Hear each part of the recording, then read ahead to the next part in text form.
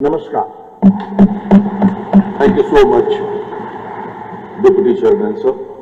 Honorable guests, we are fortunate that the continuous guidance of the Honorable Speaker of Lok Sabha throughout the conference has taken the deliberations all together to new heights and made it more effective and meaningful. The entire House is keenly waiting for the closing remarks of the Honorable Speaker. हम सौभाग्यशाली हैं कि इस ऐतिहासिक सम्मेलन के सभापति माननीय अध्यक्ष लोकसभा ने इस त्रिदिवसीय सम्मेलन में अपनी ऊर्जामयी उपस्थिति से सम्मेलन को न सिर्फ अधिक अर्थपूर्ण बनाया बल्कि उसे वैचारिक धरातल पर नई ऊंचाई भी प्रदान की। इस सम्मेलन में उपस्थित सभी अतिथि उनके समापन वक्तव्य की उत्सुकता से प्रतीक्षा कर रहे हैं। भाइयों और बहनों, माननीय अध्यक्ष लोकसभा श्री ओम बिरला जी। पीठासीन अधिकारी सम्मेलन के समापन की ओर हम बढ़ रहे हैं। इस समापन में आज हमारे बीच में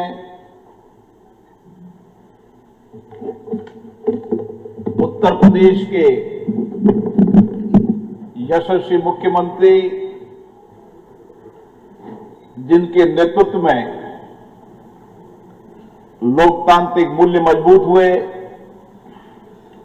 राज्य के सुशासन, सामाजिक कल्याण की दिशा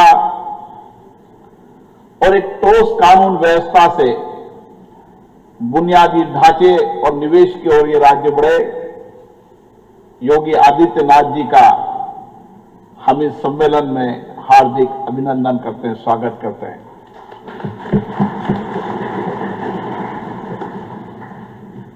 इस राज्य के मुख्यमंत्री, माननीय मंत्रीगण, उप मुख्यमंत्री और माननीय मंत्रीगण और सभी पीठासीन अधिकारीगण जिन्होंने सार्थक चर्चा संवाद से लोकतांत्रिक संस्थाओं को और मजबूत, जवाबदेही, उत्तरदायी, पारदर्शी बनाने के लिए अपने विचारों को रखा। हमने इस 86 वर्ष के अंदर इस पीठासीन अधिकारी सम्मेलन के माध्यम से इन लोकतांत्रिक संस्थाओं को जनता के आशाओं आकांक्षाओं की संस्था बनाने के लिए यहां पर जो विचार, जो संवाद, चर्चा होती है, उससे परिणाम निकले और किस तरीके से इस लोकतांत्रिक संस्थाओं के नए इनोवेशन से ये संस्थाएं जनता के नजदीक पहुंचे।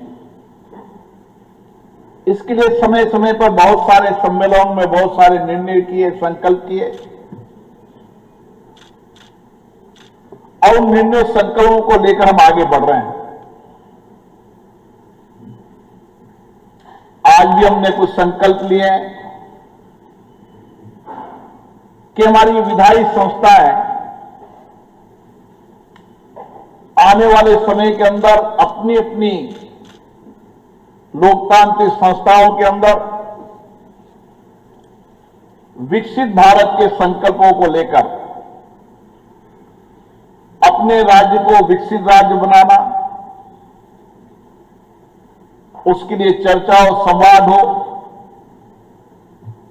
सभी मान्य सदस्यों के सकारात्मक विचार, दृष्टिकोण आए, विकास के लिए, बुनियादी ढांचे के लिए हम किस तरीके से चर्चा संवाद से राज्य के आधारभूत ढांचे के साथ नई दिशा दे सकते हैं, इसके लिए संवाद की एक श्रृंखला बनी है। और इस संवाद की श्रृंखला बनी उत्तर प्रदेश विधानसभा से, जिन्होंने 36 घंटे तक लगातार चर्चा कर उत्तर प्रदेश विजन 2047 पर अपने दृष्टिकोण विचार रखे। हमने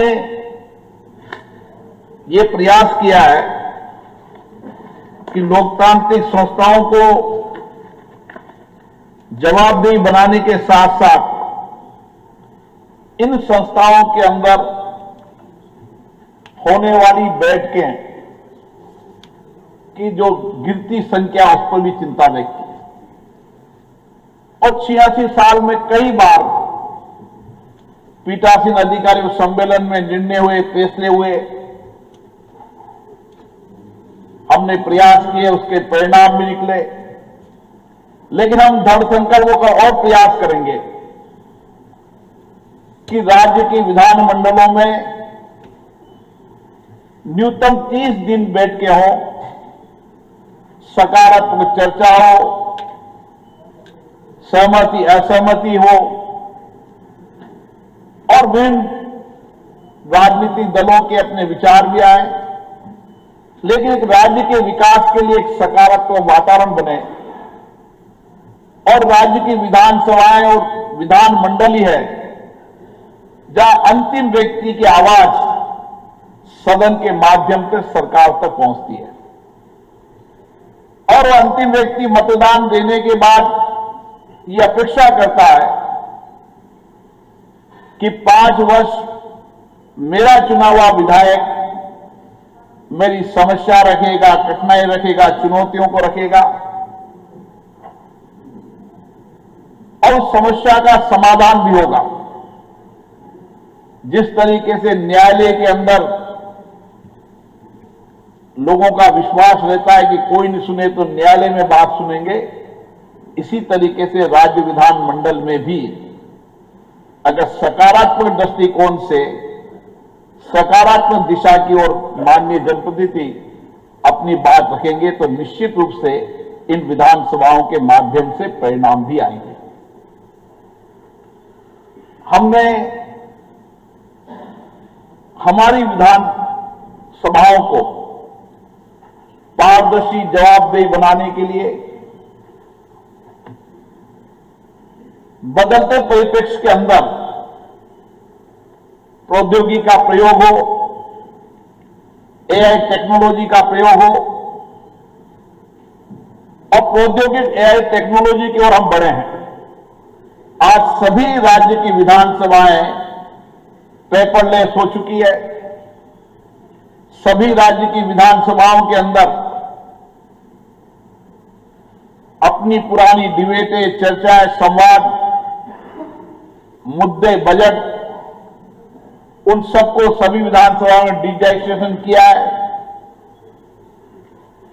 ताकि आने वाले समय के अंदर एआई टेक्नोलॉजी का प्रयोग कर कर, प्रौद्योगिकी का प्रयोग कर कर हमारे विधायकों की क्षमता, कैपेसिटी बिल्डिंग भी हो। और इसके लिए राज्य की विधानसभाओं ने जहां रिसर्च विंग बनाई है, अपनी डिबेट का डिजिटलाइजेशन करने के कारण उनको पुरानी डिबेट, चर्चा, कानून बनाने के समय उस चर्चा, संवाद को और कैसे सार्थक चर्चा हो, उसके लिए कैपेसिटी बिल्डिंग के लिए राज्य की विधानसभाओं ने काम करना शुरू किया है। संसद भी राज्य की विधानसभाओं के साथ मिलकर काम कर रही है और एक अच्छी सार्थक चर्चा, संवाद माननीय विधायक का होगा, क्षमता निर्माण होगा तो निश्चित रूप से विधायिकाएं जवाबदेह होगी और हम शासन प्रशासन की पारदर्शिता और निगरानी ठीक से कर पाएंगे। इसके लिए प्रयास शुरू किया, निश्चित इसके परिणाम आए, लेकिन एक चिंता हमारी है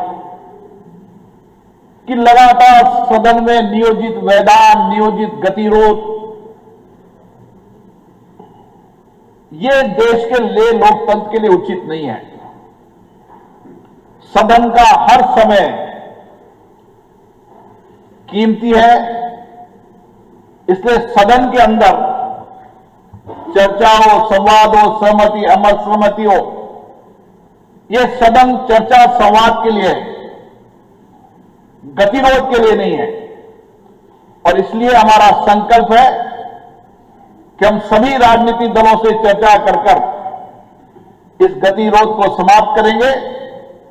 विरोध का प्रदर्शन ये सदन में न होकर सदन के बाहर आप राजनीतिक दृष्टि से करें, लेकिन सदनों को चर्चा संवाद का मंच बनाए ताकि सार्थक परिणाम दे सके और जनता की विशिष्टता प्रामाणिकता भी सदन के प्रति बने।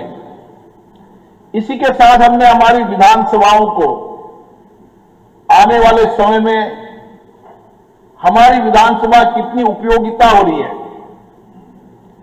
इसके लिए लेजिस्लेटिव इंडेक्स, ताकि एक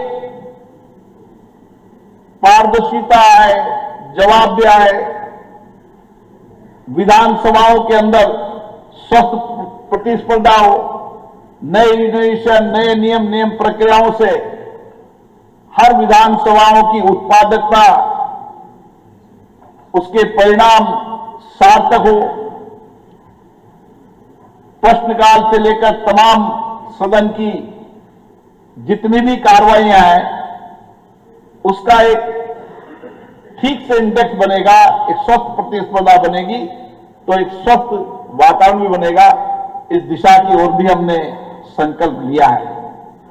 मुझे आशा है हम सब लोग लोकतांत्रिक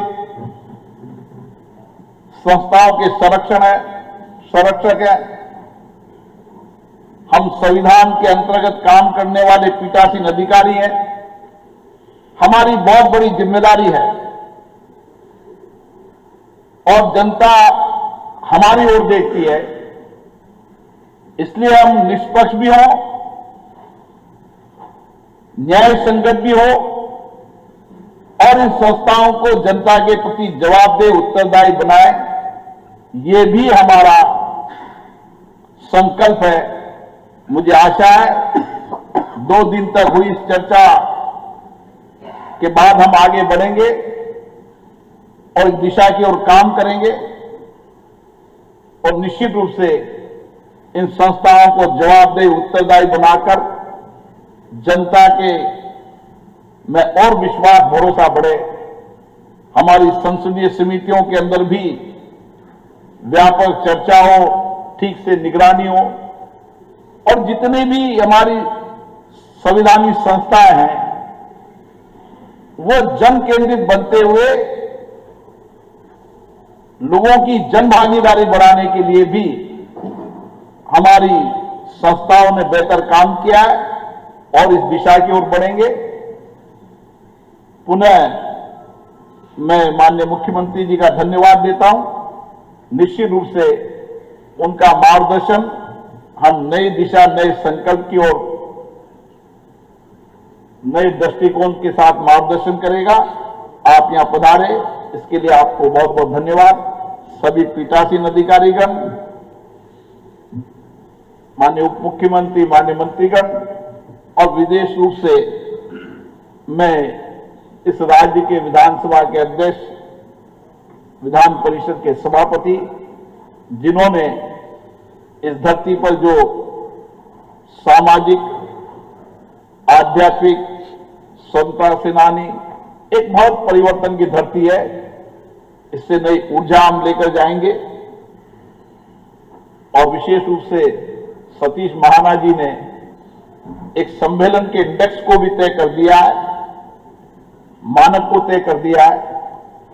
चर्चा संवाद हमारी 3 दिन तक हुई, उसके लिए मैं उनको भी बहुत बहुत धन्यवाद देता हूं। सभी सचिवालय के सभी लोगों को बहुत बहुत धन्यवाद देता हूं और यहां पधारे सभी विधायक, सांसद, सभी लोगों को बहुत बहुत धन्यवाद। धन्यवाद माननीय अध्यक्ष महोदय। लगभग 25 करोड़ की जनसंख्या वाले देश के सबसे बड़े राज्य उत्तर प्रदेश में विधायिका की बड़ी भूमिका और बड़ी चुनौतियां हैं। इन चुनौतियों से निपटते हुए और कर्मण्येवाधिकारस्ते मा फलेषु कदाचन के सिद्धांत का पालन करते हुए उत्तर प्रदेश सरकार विधायिका की सार्वजनिक जवाबदेही जैसे अहम मुद्दों पर बेहद संवेदनशील रही है। देवी और सज्जनों, जिन्होंने उत्तर प्रदेश विधानसभा में नेता सदन के रूप में नेतृत्व के नए प्रतिमान गढ़े हैं, ऐसे उत्तर प्रदेश के माननीय मुख्यमंत्री आदरणीय योगी आदित्यनाथ जी को मैं उनके संबोधन हेतु आमंत्रित करता हूं। माननीय मुख्यमंत्री महोदय।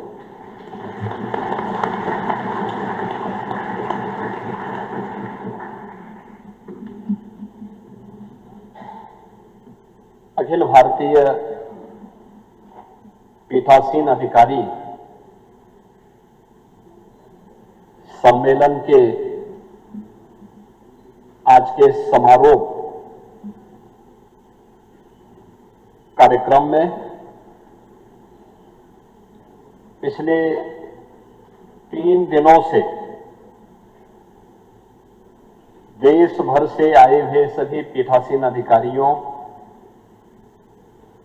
और विधायी कार्यों से जुड़े हुए हमारे अधिकारियों के साथ जिनका मार्गदर्शन प्राप्त हुआ है, देश के लोकसभा के हमारे माननीय अध्यक्ष माननीय श्री ओम बिरला जी, राज्यसभा के उपसभापति माननीय श्री हरिवंश जी, उत्तर प्रदेश विधानसभा के हमारे अध्यक्ष माननीय श्री सतीश महाना जी, सभापति विधान परिषद माननीय कुंवर मानवेंद्र सिंह जी, देश के विभिन्न राज्यों से यहां पर उपस्थित सभी माननीय विधानसभा के अध्यक्षगण, विधान परिषद के हमारे सभी माननीय सभापतिगण,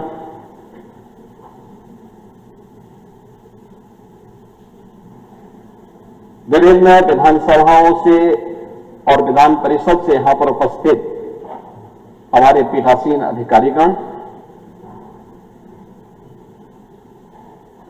राज्यसभा के हमारे महासचिव, लोकसभा के हमारे महासचिव, विभिन्न विधानसभाओं के प्रमुख सचिवगण, अन्य विधायी कार्यों से जुड़े हुए सभी उपस्थित अधिकारीगण, पिछले 3 दिनों से उत्तर प्रदेश की राजधानी लखनऊ विधायी कार्यों से जुड़े हुए इस महत्वपूर्ण सम्मेलन का साक्षी बन रहा है। इस आयोजन के साथ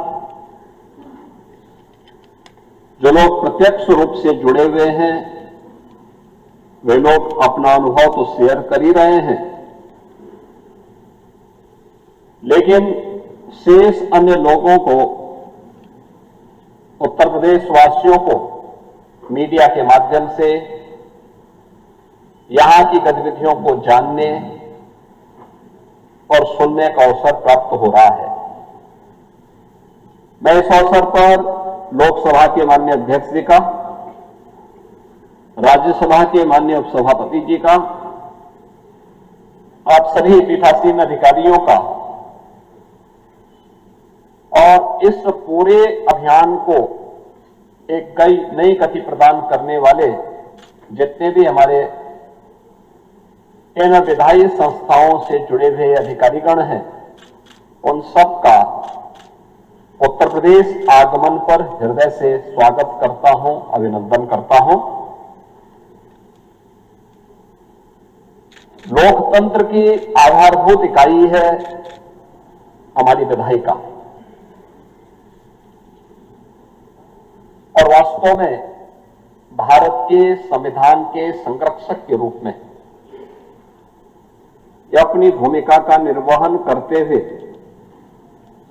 देश के अंदर न केवल विधायी कार्यों के लिए एक रूपरेखा तैयार करती है, बल्कि समग्र विकास की भी कार्य योजना का एक महत्वपूर्ण मंच होता है। इस मंच का उपयोग कैसे होना है, कैसे करना है और उसके लक्ष्य क्या है, ये संविधान के 3 शब्द भारतीय लोकतंत्र की आत्मा के रूप में काम करते हैं। न्याय, समता और बंधुता। वास्तव में न्याय कैसे प्राप्त होना है, यह इसी विधायिका के मंच पर उसके लिए कानून तैयार होता है। उसकी आधारभूत इकाई यहां से है।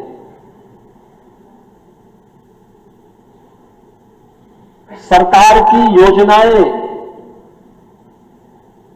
समता मूलक समाज की स्थापना में योगदान दे सके, उसकी कार्य योजना का स्थल भी यही हमारी विधायिका का मंच बनता है।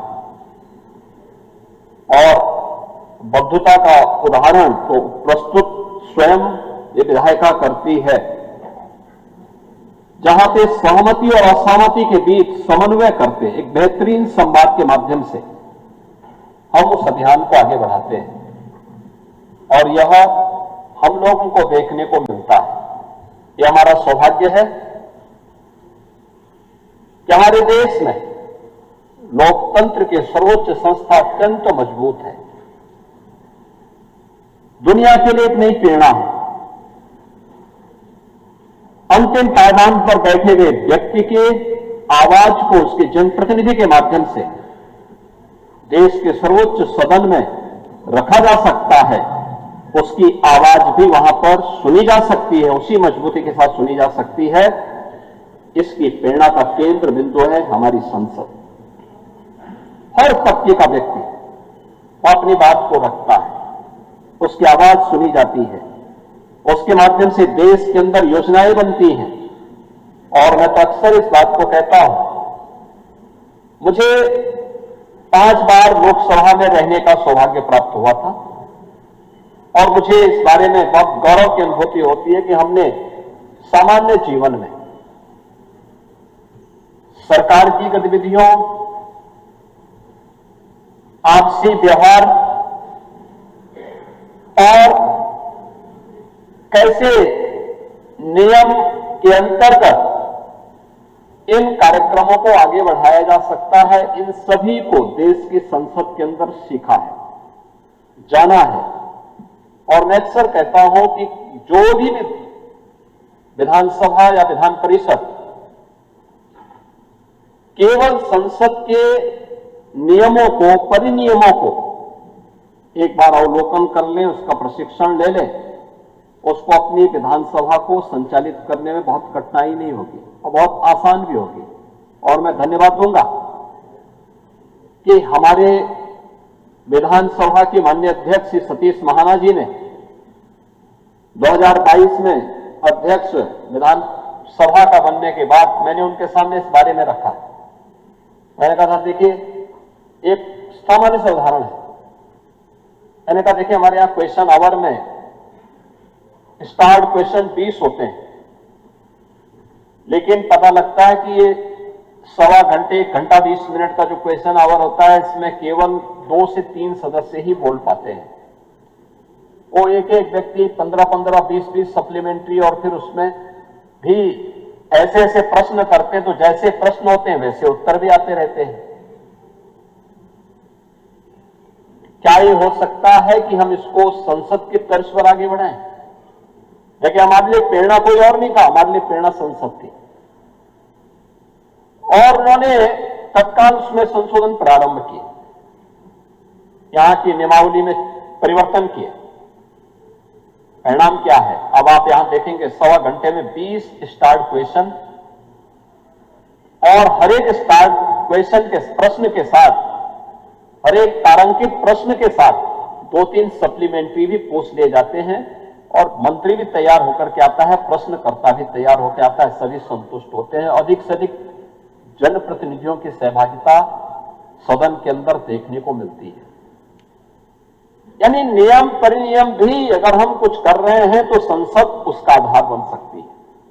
तो हमारे पास दुनिया की सबसे बड़ी लोकतांत्रिक संस्था के रूप में भारत की संसद है।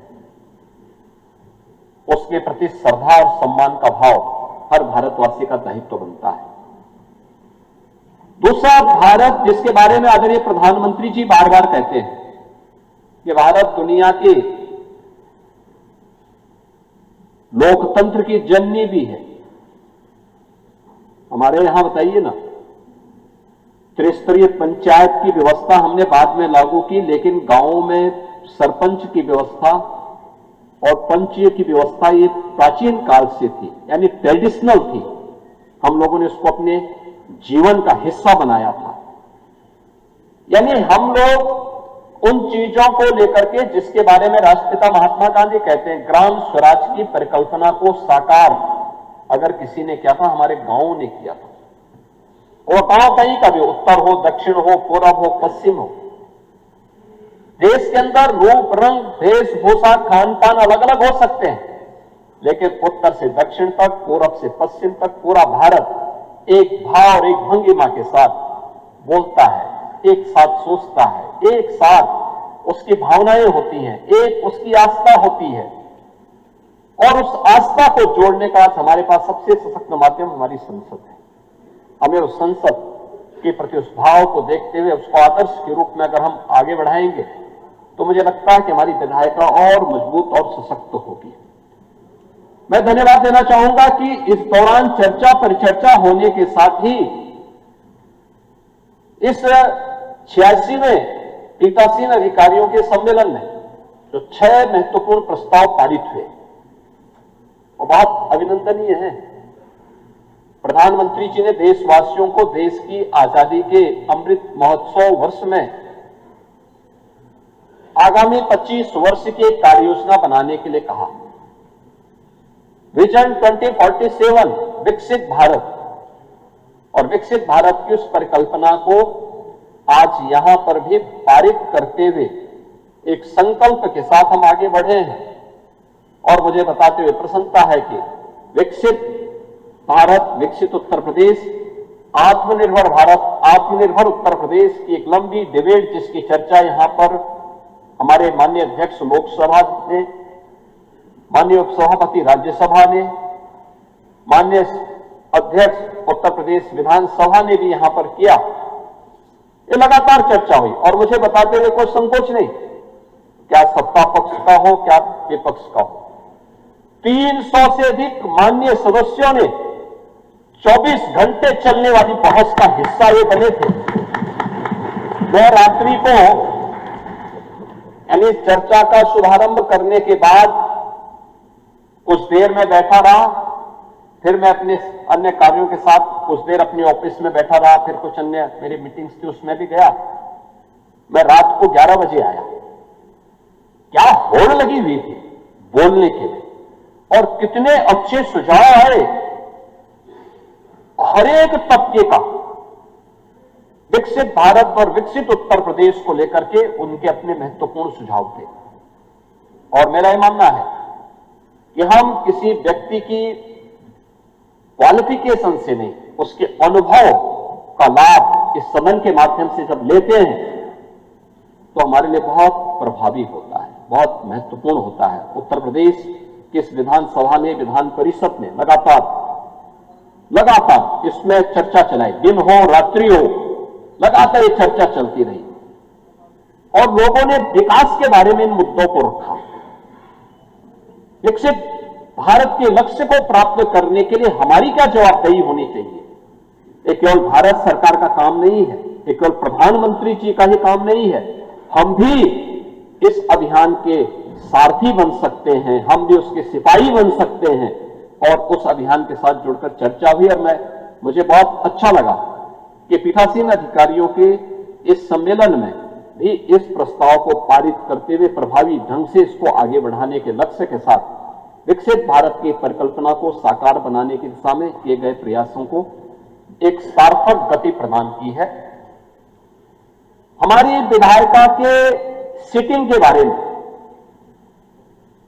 देखिए, अब तो यूपी में तो कोई दिक्कत नहीं है, यहां हमारी सदन की कार्रवाई बहुत स्मूथली चलती है, बहुत अच्छे ढंग से चल रही है।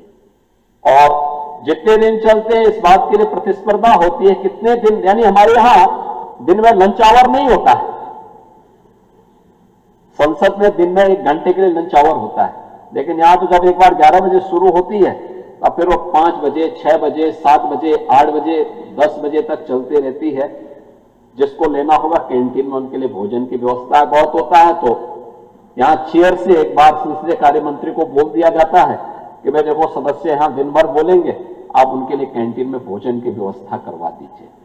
वे लोग जाते हैं, जिसको भोजन लेना होगा लेंगे, जिसको अपना टिफिन लेके आना होगा अपना लेके भी आता है, और लोग अपना दिन भर उस चर्चा का विषय उसको बनाते हैं और सीटिंग अच्छी होती है। उत्तर प्रदेश विधानसभा देश के अंदर से जुड़ी हुई उन ज्वलंत मुद्दों को लेकर के अपनी अनवरत चर्चा पर चर्चा को लगातार चलाती है।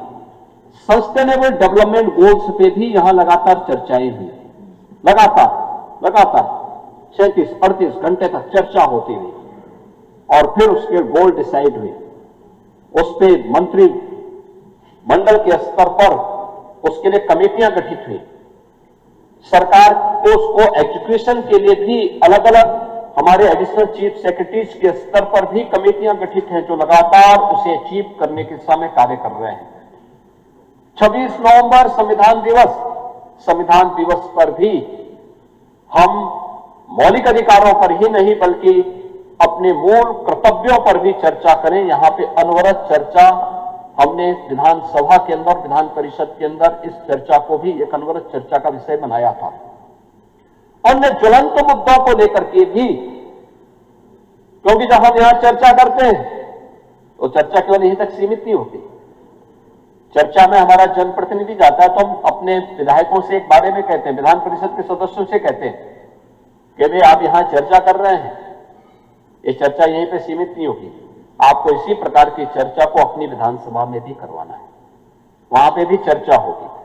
ब्लॉक स्तर पर आप जाइए, क्षेत्र पंचायत के साथ जुड़िए, कुछ ग्राम पंचायतों के साथ जुड़िए, उन ग्राम पंचायतों में भी इन कार्यक्रमों को आपको जुड़ने का अवसर प्राप्त हो। उन लोगों को भी एक नई प्रेरणा होती है, क्योंकि हर व्यक्ति यहां आकर के देख नहीं सकता, लेकिन जब ये न्यूज़पेपर के माध्यम से, मीडिया के माध्यम से उसके पास पहुंचता तो उसको लगता है कि क्या हम भी कर सकते हैं। और हम लोगों ने जब विकसित भारत, विकसित उत्तर प्रदेश में यहां चर्चा की, अब क्या हमने कहा विजन डॉक्यूमेंट बनेगा, लेकिन विजन डॉक्यूमेंट के साथ हम पब्लिक के भी इसमें सुझाव लेंगे। पब्लिक के सुझाव के लिए कैसे इतना बड़ा अभियान चलेगा। हमने कहा हमारे लगभग यानी 500 तो हमारे जनप्रतिनिधि हैं जो विधानसभा के हैं, विधान परिषद के हैं। इन सब के साथ ही हमने 500 इंटेलेक्चुअल को लिया।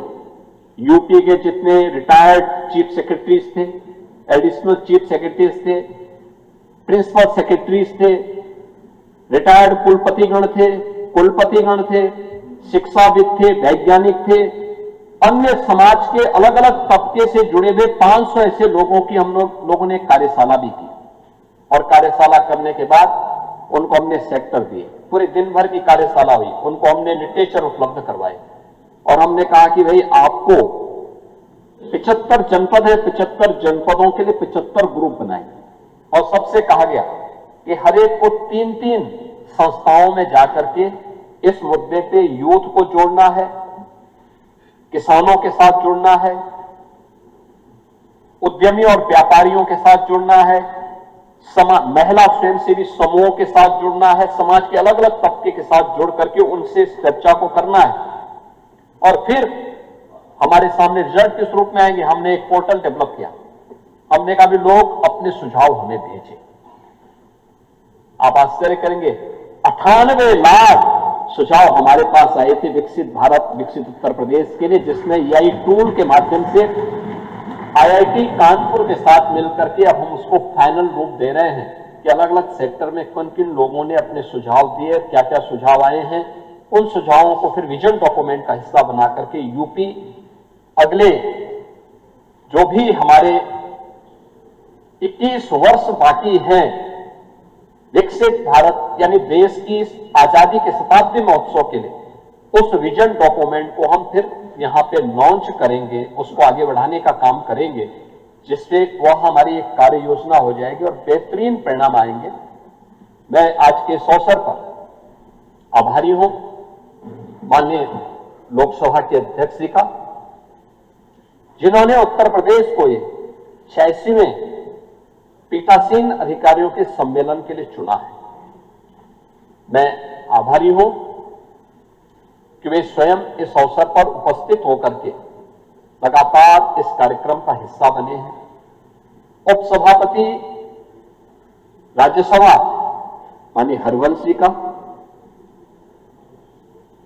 वे पत्रकारिता से भी जुड़े रहे हैं, शिक्षा से भी उनका संवाद रहा है और ग्रामीण पृष्ठभूमि में माननीय हरवंश जी का जो गांव पड़ता है वह यूपी बिहार बॉर्डर पर एकदम गंगा जी और सरयू नदी दोनों का संगम स्थल है। ऐसा रमणीक स्थल है, अगर कोई गर्मियों में वहां जाए तो वास्तव में उनको लगेगा कि किसी एक स्वर्ग में हम लोग आ गए हैं। बहुत रमणीक स्थल है और जयप्रकाश जी का भी जन्मभूमि वही है, उसी गांव में उन्होंने जन्म लिया था।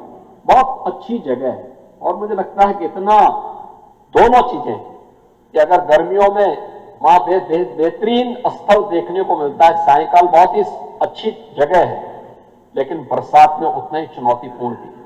आप सोचो कि प्रकृति के साथ जूझते हुए कैसे इन्होंने अपना जीवन आगे बढ़ाया होगा, इनके पूर्वजों ने बढ़ाया होगा। क्योंकि जब बरसात में गंगा जी में बाढ़ आती है 10 लाख 12 लाख क्यूसिक वाटर और सरयू जी में भी 8 से 10 लाख क्यूसिक वाटर एक साथ आता है, पूरा गांव अगल बगल पूरी कनेक्टिविटी, एक टापू भी बन जाता है बहुत छोटा सा, बाकी पूरा जल ही जल होता है। कई किलोमीटर तक केवल जल ही जल दिखाई देता है, लेकिन उन स्थितियों में भी इन लोगों ने अपनी एक जन्मभूमि को कभी छोड़ा नहीं। और आज तो उनके प्रयास से गांव में बहुत अच्छा काम हुआ है, विकास हुआ है, गांव एक नई दिशा में गया है। उन्होंने अपनी पैतृक प्रॉपर्टी भी गांव के विकास के लिए वहां दान की है और गांव में बेहतरीन इंफ्रास्ट्रक्चर वहां पे आज विकसित करने के लिए उन्होंने वहां पे एक नई जो प्रेरणा दी वह कार्य आज वहां पर, और जयप्रकाश जी की स्मृति को भी जीवंत किया है उस गांव में। नहीं तो लोग भूल से गए थे, लेकिन वो गांव आज उस रूप में जीवंतता का एक उदाहरण बना है। तो उनका मार्गदर्शन समय समय पर उत्तर प्रदेश को प्राप्त होता है। आज पिछले 3 दिनों से उनका सानिध्य यहां प्राप्त हो रहा है। मैं हृदय से उनका आभार व्यक्त करता हूं। आप सभी पीठासीन अधिकारियों का, जिन्होंने उत्तर प्रदेश में आ पाए।